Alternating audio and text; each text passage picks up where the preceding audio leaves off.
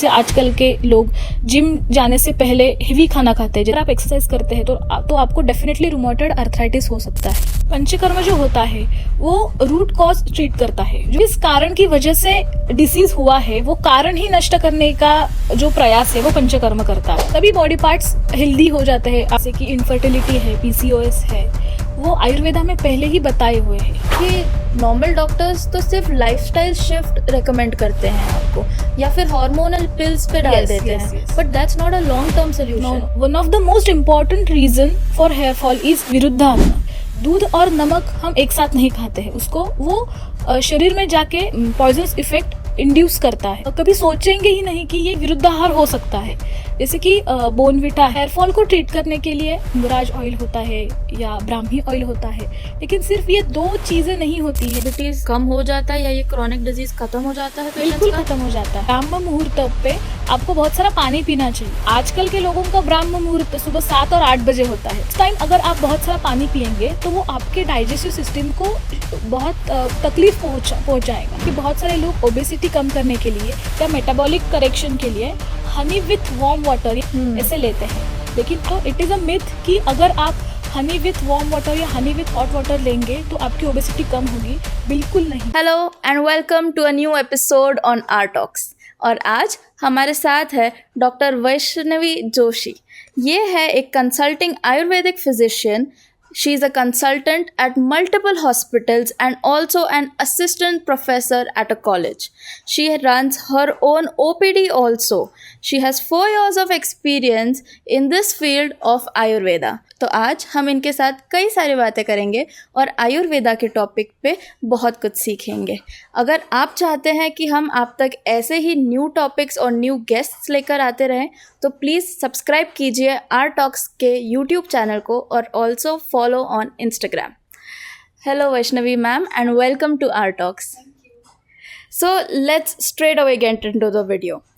मेरा सबसे पहला सवाल आपसे ये है कि आयुर्वेदा क्या है और ये मॉडर्न मेडिसिन से अलग कैसे है? एक्चुअली आयुर्वेदा जो है ना, उसमें बताया हुआ है कि जो स्वस्थ व्यक्ति होता है, जिसको कोई प्रॉब्लम नहीं होता या कोई डिसीज़ नहीं होता है, उसको स्वस्थ रखने के लिए हम बहुत सारे प्रयास करते हैं। ठीक है, उसको संस्कृत में बताया है कि स्वस्थस्य स्वास्थ्य रक्षणम एंड आतुरस्य विकार परिमोक्ष। जिनको डिसीज़ होता है उनका डिसीज़ तो हम दूर करते ही है, लेकिन जो स्वस्थ व्यक्ति होते हैं उनका स्वास्थ्य मेंटेन रखने का मोटो आयुर्वेदा का है। So Ayurveda is the way to a healthy lifestyle. That's just how simple we can break it. Okay, तो जैसे मैंने आपके इंट्रोडक्शन में बताया था कि आप एक पंचकर्मा स्पेशलिस्ट है और आप खुद का क्लिनिक रन करते हैं, मल्टीपल हॉस्पिटल्स में एक कंसल्टेंट भी है। तो पंचकर्मा क्या होता है या किस व्यक्ति को पंचकर्मा करने की ज़रूरत है? पंचकर्म का सिंपल मतलब ये होता है कि पंच means 5 and karma means actions. There are 5 actions which have mentioned in Ayurveda. That are, first one is vamana, which we called as induced vomiting या induced emesis, therapeutic emesis जिसको हम बोलते हैं। सेकेंड वन इज़ विरेचन, जिसको हम therapeutic purgation बोलते हैं। उसमें हम परगेशन इंड्यूस करते हैं, कुछ मेडिसिन देके, कुछ डिकॉक्शंस देके हम इंड्यूस करते हैं परगेशन। ये परगेशन होता क्या है? परगेशन मतलब मोशन होना। हाँ, लेकिन वो मेडिकेटेड डिकॉक्शन या मेडिकेटेड कुछ चूरन होता है उसमें, या कुछ गोलियां होती है जो ये टिपिकल परगेशन इंड्यूस करता है बॉडी में, जिसको हम विरेचन कहते हैं। जिसमें से अगर आप परगेशन करते हैं तो ऑल टॉक्सिन्स सब बॉडी में से बाहर निकल जाते हैं, उसको हम परगेशन कहते हैं। वमन में भी वो सेम ही होता है, लेकिन through the mouth. Yes. Third one जो होता है उसको हम बस्ती बोलते हैं, जो लेमैन लैंग्वेज में हम एनिमा बोलते हैं। हाँ, एनिमा का मतलब बहुत लोग ऐसे समझते हैं कि वो सिर्फ सोप वाटर एनिमा होता है या सिर्फ वाटर का एनिमा होता है। तो ये जो आयुर्वेदा में बस्ती बताई हुई है वो जस्ट सोप वाटर या नॉर्मल वाटर का एनिमा नहीं होता है। इसमें हम मेडिकेटेड घी, मेडिकेटेड ऑयल और वेरियस डिकॉक्शंस यूज़ करते हैं और वो एनल रूट से हम पेशेंट को देते हैं। उसमें भी वेरियस टाइप्स होते हैं, उसको हम बस्ती बोलते हैं। बस्ती का वर्णन ही किया है आयुर्वेदा में, आपादतल मूर्धस्थान। इसका मतलब क्या होता है कि आपके टो से लेके आपके बालों तक जो कुछ भी व्याधियाँ आप में है वो कम करने की जो ताकत होती है वो अकेले बस्ती में होती है। ओके। फोर्थ वन जो होता है उसको हम बोलते हैं नस्य। नस्य यानी कि रूट ऑफ एडमिनिस्ट्रेशन जो होता है नस्य का वो होता है थ्रू नेजल रूट, जिसको हम नस्य कहते हैं। नेज़ल रूट से हम मेडिकेटेड घी, मेडिकेटेड ऑयल या डिकॉक्शन और वेरियस चूर्ण यूज़ करके हम वो नेज़ल रूट से इंसर्ट करते हैं, उसको हम नस्य कहते हैं। एंड फिफ्थ वन इज रक्तमोक्षण, जिसको हम सिंपल लैंग्वेज में ब्लड लेटिंग कहते हैं। उसमें भी बहुत सारे टाइप्स होते हैं, जैसे कि लीच थेरेपी है। ओके। हम लीच लगाते हैं, ठीक है।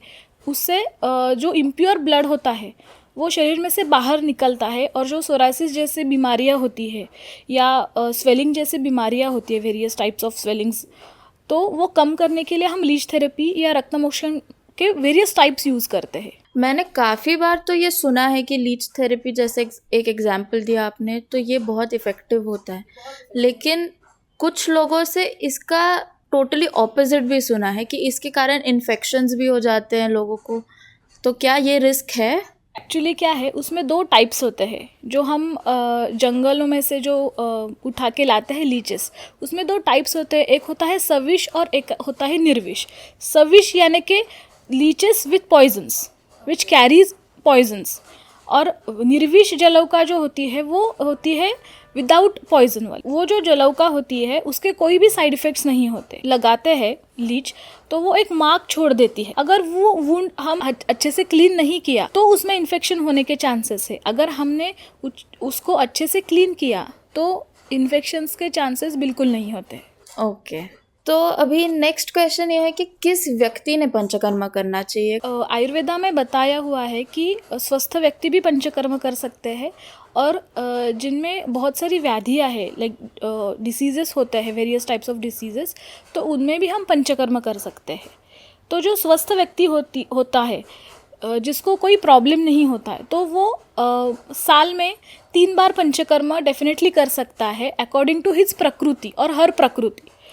आयुर्वेदा में 3 प्रकृति बताई है, वात, पित्त और कफ।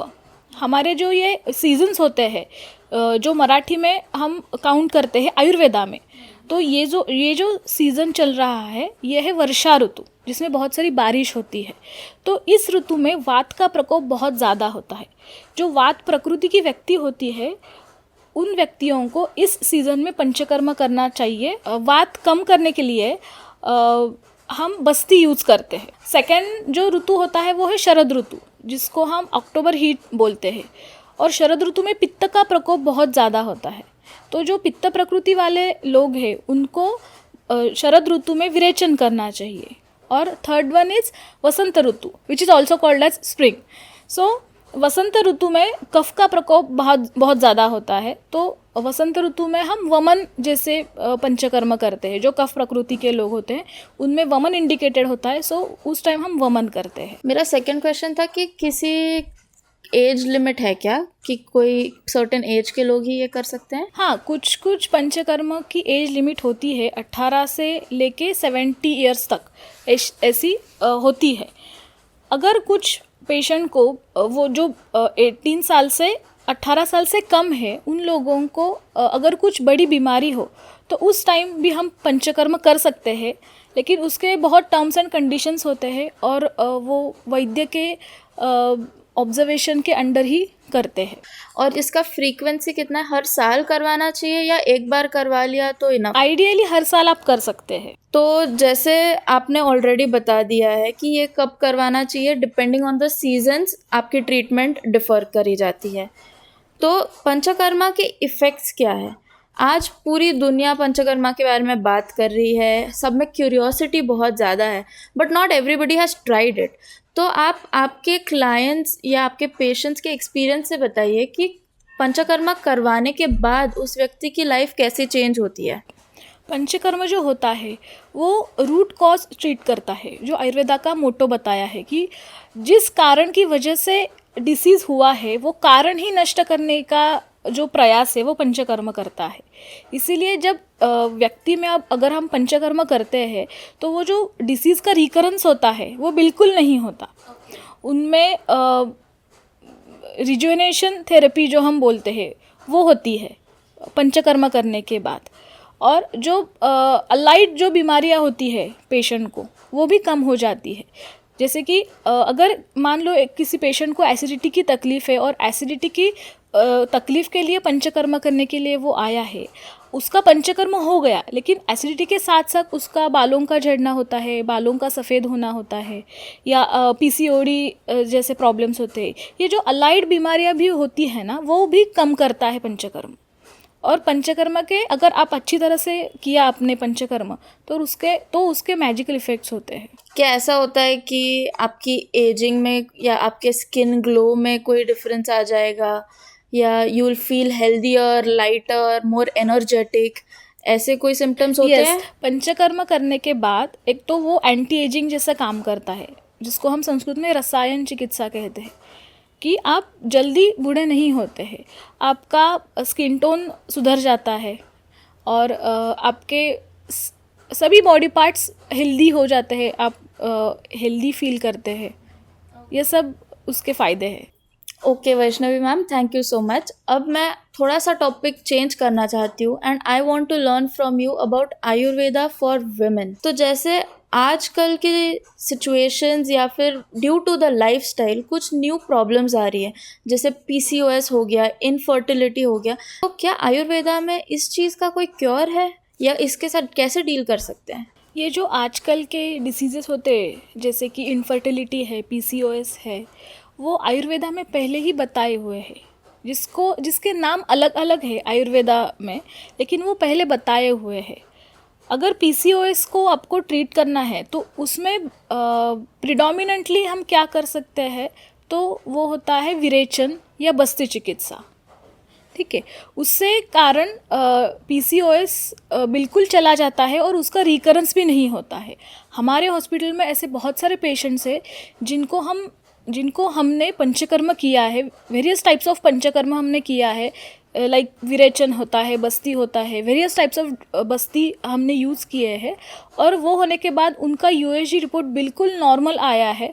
ना उनका यूटरस हैवी है, ना उनकी ओवरी हैवी है और बल्कि है, ना मल्टीपल सिस्ट है, कुछ भी नहीं होता है यूएसजी रिपोर्ट में, बिल्कुल ठीक हो जाता है। उनका वज़न भी कम होता है, उनके स्किन पे ग्लो आता है, जिनको एक्स्ट्रा हेयर ग्रोथ होती है, अनवांटेड हेयर ग्रोथ होती है, वो भी कम हो जाती है।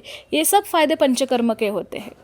ये तो बहुत मैजिकल रिजल्ट्स हैं, क्योंकि नॉर्मल डॉक्टर्स तो सिर्फ लाइफस्टाइल शिफ्ट रेकमेंड करते हैं आपको, या फिर हार्मोनल पिल्स पे डाल देते हैं, but that's not a long term solution. No, not at all. मैं एक बताना चाहती हूँ एक पेशेंट के बारे में। उसको भी पीसीओडी बताया हुआ था डॉक्टर ने। तो एलोपैथी में पीसीओएस के लिए और पीसीओडी के लिए कुछ ज़्यादातर दवाई नहीं है। तो पीसीओएस के लिए सिर्फ मेटफॉर्मिन यूज़ किया जाता है, जो एलोपैथी में यूज़ करते हैं। तो उसको मेटफॉर्मिन दिया था, और मेटफॉर्मिन जो होता है वो एंटी हाइपरग्लाइसेमिक है, जो शुगर में मतलब डायबिटीज़ में यूज़ किया जाता है। उसकी वजह से उसकी शुगर लो होती जा रही थी, और ड्यू टू लो शुगर और ड्यू टू हाइपोग्लाइसेमिया वो बहुत ज़्यादा खाने लग गई थी। तो उसकी वजह से उसका वज़न और भी बढ़ने लगा था। तो this is not the right treatment. Ayurveda में ऐसा बताया है कि आपको जो डिसीज़ है वो अगर आप कम नहीं कर सके तो इट्स ओके, बट दूसरा कुछ डिसीज़ पैदा नहीं करना चाहिए आपको, ये आयुर्वेदा में बताया हुआ है। इसीलिए रूट कॉज ट्रीट करना और जो मेटाबॉलिक करेक्शन होता है वो आयुर्वेदिक ट्रीटमेंट में होता है। इसलिए पंचकर्म और various types of Ayurvedic treatments आपको करना चाहिए। पीसीओएस इनफर्टिलिटी के लिए मैं एक क्विक रेमेडी आपको बताऊंगी, जिसको हम संस्कृत में शतपुष्पा चूर्ण बोलते हैं, मराठी में जिसको हम बाळन शेपा बोलते हैं, और हिंदी में जिसको हम सोआ बोलते हैं।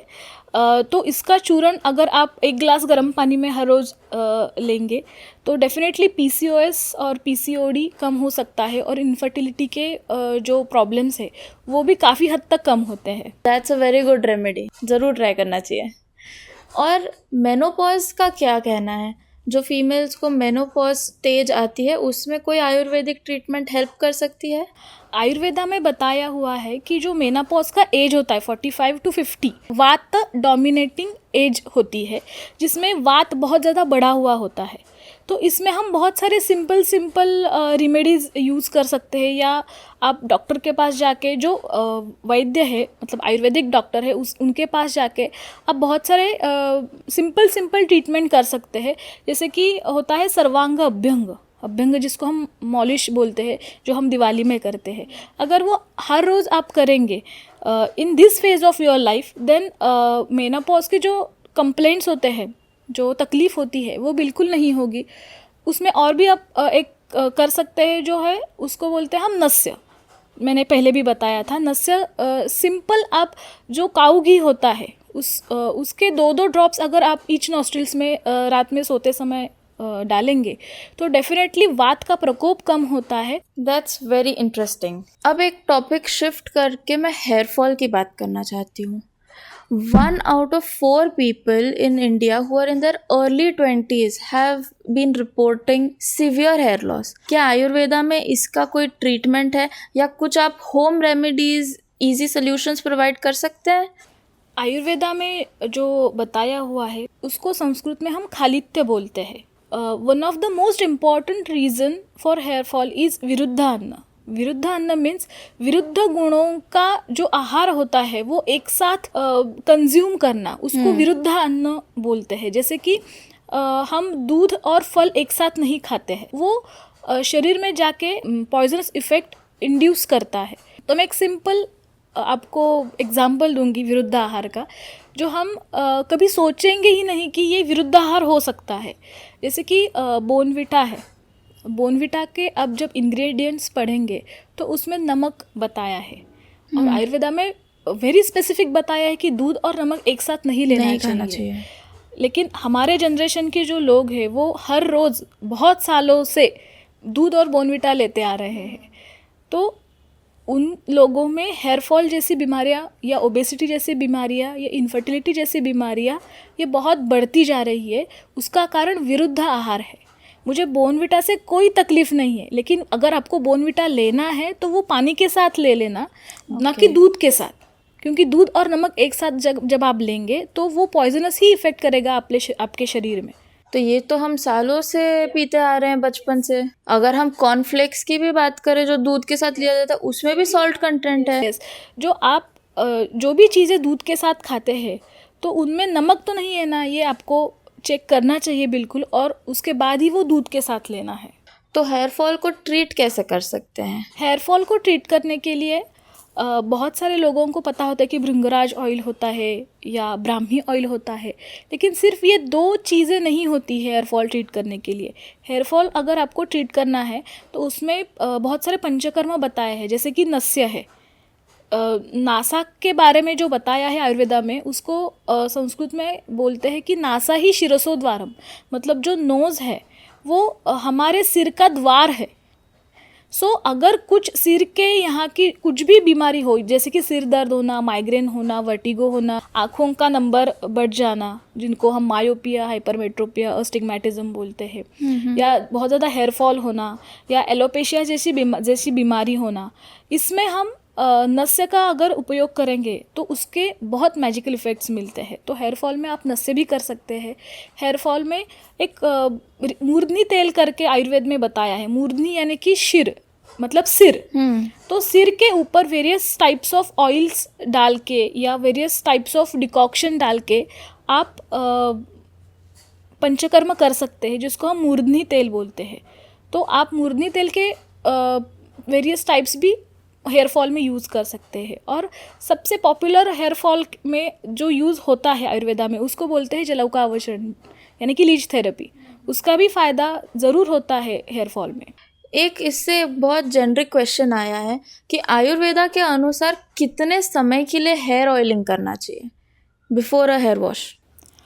आयुर्वेदा में ऐसा बताया है कि हर रोज़ आपको ऑयलिंग करना है, जो कि हम नहीं करते। हम हफ्ते में एक बार या बाल धोने से पहले 1 घंटे ऐसे करते हैं, क्योंकि आपके बालों को नरिशिंग बहुत ज़रूरी होता है।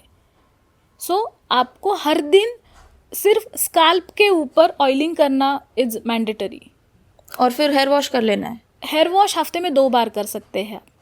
थोड़ा तो ऑयल वहाँ पे रहना चाहिए। ओके, इसीलिए मैम अब एक थोड़ा टॉपिक शिफ्ट करते हैं और ओबेसिटी के बारे में बात करते हैं। Because statistically 1 out of 4 people in India are turning to be obese, and times of India के आर्टिकल में बताया गया है कि 71% of Indians are reported to be unhealthy. They are having diseases such as high cholesterol, BP, which is eventually causing obesity in their body. तो इसके बारे में आप बताइए कि आयुर्वेदिक ट्रीटमेंट्स हैं क्या ओबेसिटी को अवॉइड करने के लिए, या फिर कैसे आहार लेने चाहिए जिससे ये कंडीशन आए ही नहीं? ओबेसिटी जो होती है उसको आयुर्वेद में हम स्थौल्य बोलते हैं और उसको मेदसावृत्त वात बोलते हैं। उसमें 2 टाइप्स बताए हुए हैं आयुर्वेद में। सिर्फ बहुत ज़्यादा खाने से और एक्सरसाइज ना करने से जो स्थौल्य निर्माण होता है वो अलग टाइप का होता है। और बहुत ज़्यादा बासी खाना खाना, बहुत सारी जो चटनियाँ होती है और पिकल्स होते हैं, वेफर्स होते हैं जो आजकल के बच्चे खाते हैं, वो क्या होता है, या मैदे के प्रोडक्ट्स जो होते हैं, जो बेकरी प्रोडक्ट्स होते हैं, वो क्या होता है, वो बहुत ड्राई होते हैं। तो अगर वो आप बहुत ज़्यादा ड्राई खाना खाते हैं उसकी वजह से क्या होता है कि आपका जो शरीर में मेद धातु है जो स्थौल्य के लिए रिस्पॉन्सिबल है, तो वो उसमें बहुत ज़्यादा वात बढ़ जाता है। तो हर एक स्थौल्य के पेशेंट को बहुत कम खाना, आपको जो खाना है वो ऐसा खाना खाना है जो डाइजेशन में बहुत हल्का हो, जैसे कि मूंग की दाल है, ज्वार की रोटी है, बाजरा की रोटी है और बार्ली की रोटी होती है। अगर आप ये खा सकते हैं तो नथिंग लाइक दैट। तो वीट अवॉइड करना चाहिए उन्होंने। और राइस आप खा सकते हैं लेकिन उसकी क्वांटिटी भी आप कम करना चाहिए। और रात में जो बहुत ज़्यादा कार्बोहाइड्रेट्स हमारे पेट में जाते हैं, जैसे कि हम राइस भी खाते हैं, हम गेहूं की रोटी भी खाते हैं, अगर आप वो सब चेंज करके सिर्फ रफेज लेंगे, जैसे कि बहुत सारे जो सब्जियां होती है उसका सूप बना के आप पी सकते हैं। वो सब सब्जियां बॉईल करके उसमें सिर्फ नमक और जीरा डाल के ऐसा खा सकते हैं, तो वो बहुत अच्छा होगा। रात के समय ज़्यादा कार्बोहाइड्रेट्स अगर आपके पेट में जाएंगे तो वो डाइजेशन के लिए बहुत प्रॉब्लमेटिक होगा। रात के समय आप बहुत सारे सब्जियों का सूप ले सकते हैं या उसके पराठास बना सकते हैं विथ ज्वार का फ्लोर और बाजरे का फ्लोर और बार्ली का flour. So what is an ideal routine of an individual according to Ayurveda? Like सुबह से शाम तक का आप एक आइडियल रूटीन बताइए, टाइमिंग के साथ बताइए, कैसा रहना चाहिए? आयुर्वेद में बताया है कि सुबह जल्दी उठना चाहिए, ब्राह्म मुहूर्त जिसको हम बोलते हैं, सुबह 4 से 5 बजे तक जो हम बोलते हैं। बहुत सारे लोगों को ऐसा लगता है कि जो आयुर्वेद में बताया है कि ब्राह्म मुहूर्त पे आपको बहुत सारा पानी पीना चाहिए। आजकल के लोगों का ब्राह्म मुहूर्त सुबह 7 और 8 बजे होता है, तो ये ब्राह्म मुहूर्त नहीं होता है। तो बहुत सारे लोग जो होते हैं वो सुबह उठने के बाद 1 लीटर 2 लीटर 1 ग्लास या 2 ग्लास गर्म पानी पीते हैं with what with honey, with haldi और with cinnamon whatever. So that is not the Brahma Muhurta. उस टाइम अगर आप बहुत सारा पानी पिएंगे तो वो आपके डाइजेस्टिव सिस्टम को बहुत तकलीफ़ पहुंचाएगा उस टाइम, क्योंकि जब आप उठते हैं तो आपका अग्नि प्रज्वलित होना शुरू होता है।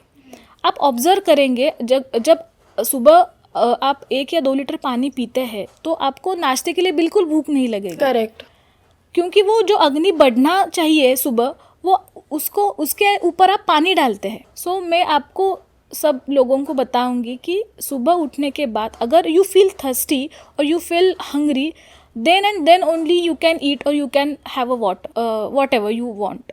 दूसरी एक बात है कि बहुत सारे लोग ओबेसिटी कम करने के लिए या मेटाबॉलिक करेक्शन के लिए हनी विथ वार्म वाटर या हनी विथ हॉट वाटर ऐसे लेते हैं, लेकिन आयुर्वेद में हनी लेने का एक नियम बताया है कि you have Honey only with normal water, normal tap water. So it is a myth कि अगर आप हनी विथ वार्म वाटर या हनी विथ हॉट वाटर लेंगे तो आपकी ओबेसिटी कम होगी।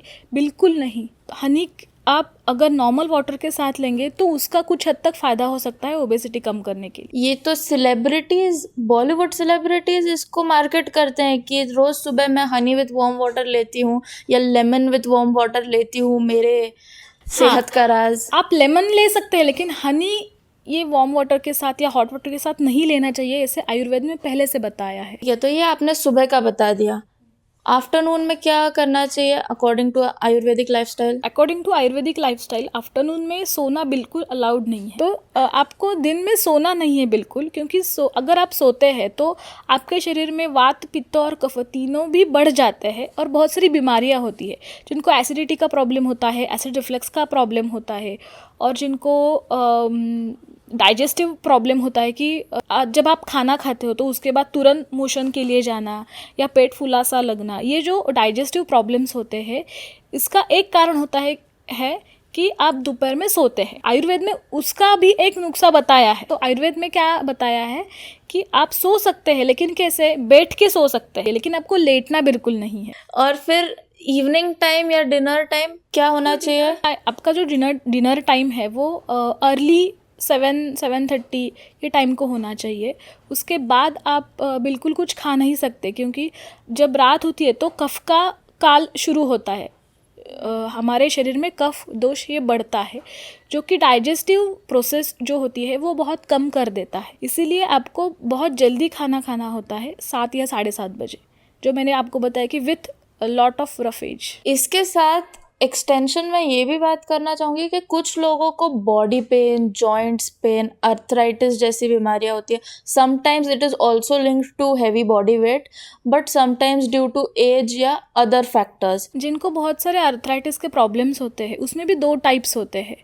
एक जो होता है वो बहुत उल्टे सीधे खाना जो लोग खाते हैं, उन लोगों को जो अर्थराइटिस होता है, मतलब बासी खाना खाना या बहुत ज़्यादा डाइजेशन के लिए बहुत हेवी खाना खाना या खाना खाने के बाद तुरंत एक्सरसाइज करना। जैसे आजकल के लोग जिम जाने से पहले हेवी खाना खाते हैं, जैसे कि स्प्राउट्स खाते हैं, एप्पल खाते हैं, बनाना खाते हैं, बॉइल्ड एग्स खाते हैं।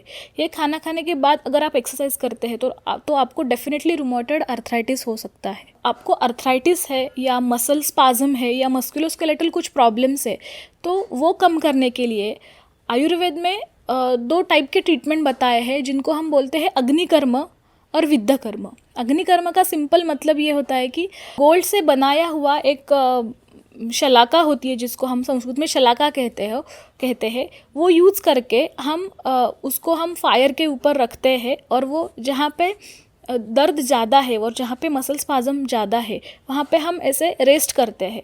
उसके रेस्ट करने के बाद आपको हल्का सा पेन होता है या हल्का सा चटका लगता है, लेकिन वो जो आपका दर्द चला जाता है ना, वो किसी पेन किलर भी ट्रीट नहीं कर सकता, ऐसा है।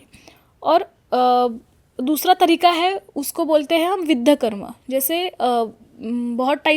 वेरियस टाइप्स ऑफ नीडल्स होते हैं, उसमें वो यूज़ करके हम विद्धकर्म करते हैं। जहाँ पे मसल स्पाज्म है, जहाँ पे बहुत ज़्यादा पेन है, वहाँ पे वो नीडल इंसर्ट करते हैं मसल में। वो 1/2 इंच की नीडल होती है, वो इंसर्ट करते हैं और कुछ देर तक रखते हैं और उसके बाद वो निकाल देता है। उसकी वजह से क्या होता है कि ऑब्स्ट्रक हुआ है वात, तो वात दोष है वो बाहर निकलता है, और उसकी वजह से पेन कम हो जाता है और मसल स्टिफनेस भी कम हो जाता है। उसके साथ साथ हम पंचकर्म भी कर सकते हैं, उसमें बस्ती कर सकते हैं, विरेचन कर सकते हैं, अभ्यंग कर सकते हैं। वेरियस टाइप्स ऑफ स्वेदन बताए हैं ये अर्थराइटिस, ऑस्टियोआर्थराइटिस में, जिनमें हम षष्टिकशाली पिंडस्वेद यूज़ कर सकते हैं, पत्रपोट्टली यूज़ कर सकते हैं, चूर्ण पोट्टली भी यूज़ कर सकते हैं। तो काफ़ी सॉल्यूशंस है इस चीज़ को लेके। लेकिन जैसे आपने बताया, मैंने भी ये सुना है कि नीडल्स के साथ जो थेरेपी करी जाती है उससे बहुत लोगों को क्विक रिजल्ट मिलता है पेन के लिए। अब हम कुछ क्रॉनिक डिजीज़ेस की बात करते हैं। डायबिटीज़ बहुत कॉमन हो गया है, जैसे 1 आउट ऑफ 3 पीपल को तो डायबिटीज़ रिपोर्ट हो ही रहा है। तो क्रॉनिक डिजीज़ेस का कोई सोल्यूशन है आयुर्वेदा में? डायबिटीज़ के साथ कैसे ट्रीट कर सकते हैं? क्योंकि एक बार मेडिकेशन चालू हो गया तो उसको तो लाइफ टाइम करना पड़ता है।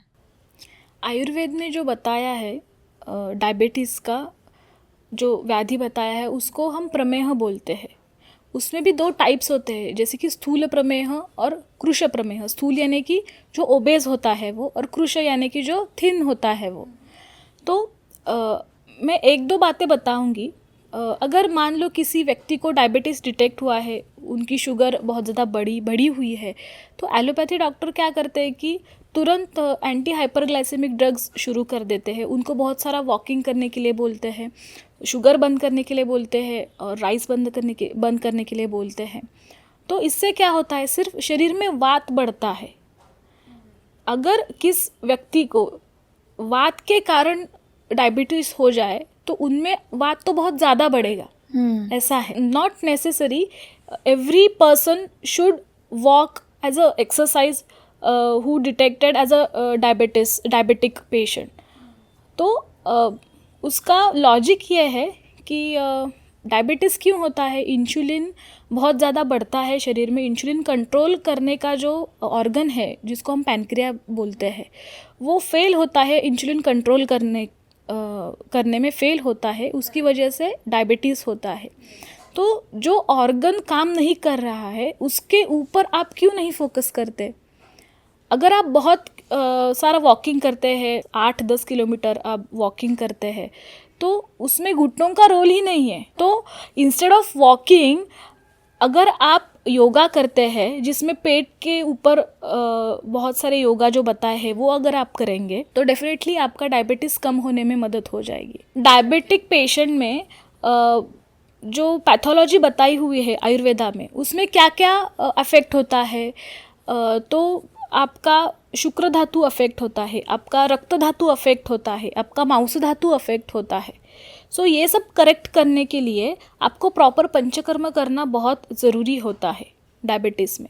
तो डायबिटीज़ में आप पस्ती कर सकते हैं, डायबिटीज़ में आप विरेचन कर सकते हैं, ये दोनों प्रकार बिल्कुल कर सकते हैं। डायबिटीज़ में एक सिंपल रेमेडी है जो आप हर रोज़ कर सकते हैं, जो आंवले का चूर्ण होता है, वो 1 चम्मच आंवले का चूर्ण, 1 चम्मच हल्दी का चूर्ण अगर आप वार्म वाटर के साथ लेंगे सुबह और शाम, तो आपका डायबिटीज़ बिल्कुल कंट्रोल में रहेगा और आपको एंटी हाइपरग्लाइसेमिक जो आपको ड्रग चालू है वो भी कम करने में उसकी मदद हो जाएगी। तो क्या ये चीज़ें करने से डायबिटीज़ कम हो जाता है या ये क्रॉनिक डिजीज़ ख़त्म हो जाता है पेशेंट्स बिल्कुल का? ख़त्म हो जाता है। बहुत सारे ऐसे पेशेंट हैं जिनको हमने ट्रीट किया है कि उनके जो डायबिटीज़ के जो मेडिसिन है, एलोपैथी मेडिसिन, वो पूरे बंद करके अभी वो फ्री फ्रॉम डायबिटीज़ है।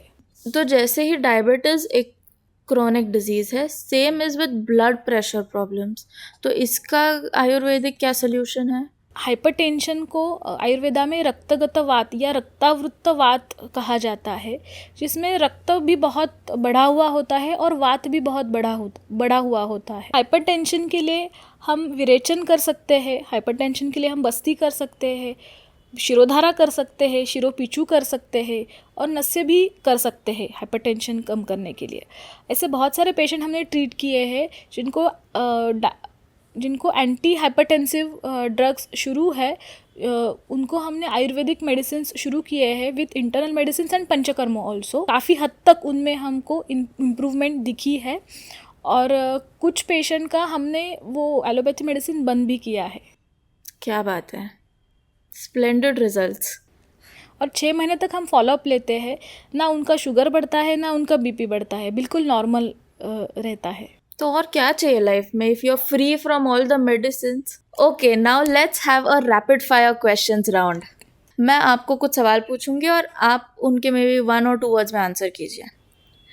Okay, so first question, what is the first thing that you do every morning? As soon as I get up, I have a cup of water, which is normal water, with 1 teaspoon of haldi. What is the best detox drink according to you? According to me, धने का और जीरे का और सौंफ का जो पानी होता है, that is the best detox drink. One thing that can improve gut health? Ghee always. इससे एक और सवाल याद आता है, if I have to choose between ghee and coconut oil तो क्या चाहिए? It depends on your प्रकृति। अगर मेरी प्रकृति पित्त प्रधान है तो मैं घी डेफिनेटली चूज़ करूँगी। अगर मेरी प्रकृति वात प्रधान है या कफ प्रधान है तो मैं कोकोनट ऑयल या सिसम ऑयल चूज़ करूँगी। Okay, then what is the best Ayurvedic remedy for stress and anxiety? Stress and anxiety जो होती है वो वात के कारण होती है, तो वात कम करने के लिए हम अभ्यंग कर सकते हैं, हम शिरोधारा कर सकते हैं, हम बस्ती भी कर सकते हैं। आपके ग्लोइंग स्किन का कोई आयुर्वेदिक सीक्रेट है क्या? ग्लोइंग स्किन के सीक्रेट्स बहुत सारे हैं, मैं एक दो आपको बताऊंगी। एक जो है वो है नस्य। हर रोज़ रात में ईच नॉस्ट्रिल में मैं 2 ड्रॉप्स ऑफ काऊ घी डालती हूँ, तो उससे भी स्किन ग्लो करती है। और सेकंड मेथड जो है उसको बोलते हैं हम ऑयल पुलिंग, जो हम कोविड के टाइम में बहुत यूज़ करते हैं। ऑयल पुलिंग, मुंह में हम बहुत सारा ऑयल लेते हैं और उसको ब्लो करते हैं। उसकी वजह से आपके ये जो मसल्स होते हैं उसको बहुत एक्सरसाइज मिलता है, नरिशिंग होता है, और उसकी वजह से आपकी स्किन ग्लो करती है। मैं और एक बताऊंगी, जो यष्टि मधु, जिसको हम मराठी में ज्येष्ठ मध बोलते हैं, उसका जो चूर्ण होता है और अनंता का चूर्ण होता है, वो अगर आप दूध में मिला के आपके फेस के ऊपर लेप लगाएंगे तो डेफिनेटली आपकी स्किन ग्लो करेगी। Wow, that are some really good remedies. And what is the biggest myth about Ayurveda? Biggest myth is Ayurveda बहुत टाइम लेता है रिज़ल्ट दिखाने में, लेकिन ऐसा बिल्कुल नहीं है। आयुर्वेदा में क्विक रिजल्ट्स वाले भी बहुत सारे मेडिसिन्स है, बहुत सारे पंचकर्म बताए हैं। आयुर्वेदिक इमरजेंसी ड्रग्स भी बहुत बताया है। अगर किसी पेशेंट को स्ट्रोक आता है उस टाइम भी हम आयुर्वेदिक मेडिसिन्स यूज़ करते हैं। अगर किसी पेशेंट को फिट आती है, अगर किसी पेशेंट को अस्थमा का प्रॉब्लम बहुत ज़्यादा होता है, जिसको हम स्टेटस अस्थमेटिकस बोलते हैं, उस टाइम में भी, ऐसे इमरजेंसी कंडीशन में भी हम बहुत सारे आयुर्वेदिक मेडिसिन्स यूज़ करते हैं। That was a very interesting discussion with you, जिसमें बहुत कुछ सीखने मिला और शायद हमने एक बहुत वास्ट रीजन ऑफ टॉपिक्स पे डिस्कशन किया है। Lots of knowledge, lots of learnings, और शायद हमारी पूरी ऑडियंस को आपसे बहुत कुछ सीखने मिला है। क्रॉनिक डिजीजेस के साथ भी डील करने का आयुर्वेदिक वे मिला है। That's a very good sign of hope for them. So thank you so much doctor Vaishnavi Joshi for joining us here, and thank you so much to all of our guests for supporting us so that we could bring new guests and new topics all the time. Please इस channel को subscribe कीजिए और are talks के Instagram page को follow कीजिए। Thank you so much for joining us.